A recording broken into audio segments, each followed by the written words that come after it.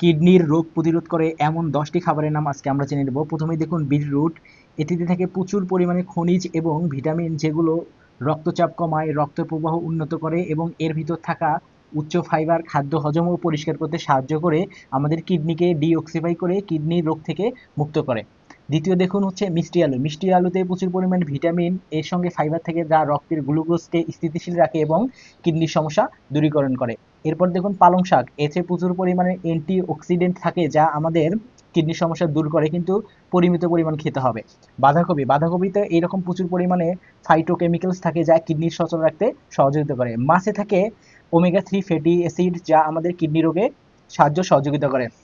দেখুন রসুন। রসুনে পচন বিরোধী এবং জমাট বিরোধী কিছু উপাদান থাকে, যা কার্যকরভাবে কিডনির রোগ প্রতিরোধ করতে সহযোগিতা করে। এরপর দেখুন খুব সহজ একটি প্রাপ্য জিনিস, লেবুর রস। আর এই লেবুর রসে যে অ্যাসিড থাকে, সেই অ্যাসিড কিডনির পাথর ভাঙতে সাহায্য করে। এরপর দেখুন পেঁয়াজ। পেঁয়াজের শক্তিশালী অ্যান্টিঅক্সিডেন্ট থাকে, যা বিষমুক্ত ও পরিষ্কার করতে সাহায্য করে রক্তকে, এবং এভাবে আমাদের কিডনিকে সচল রাখে।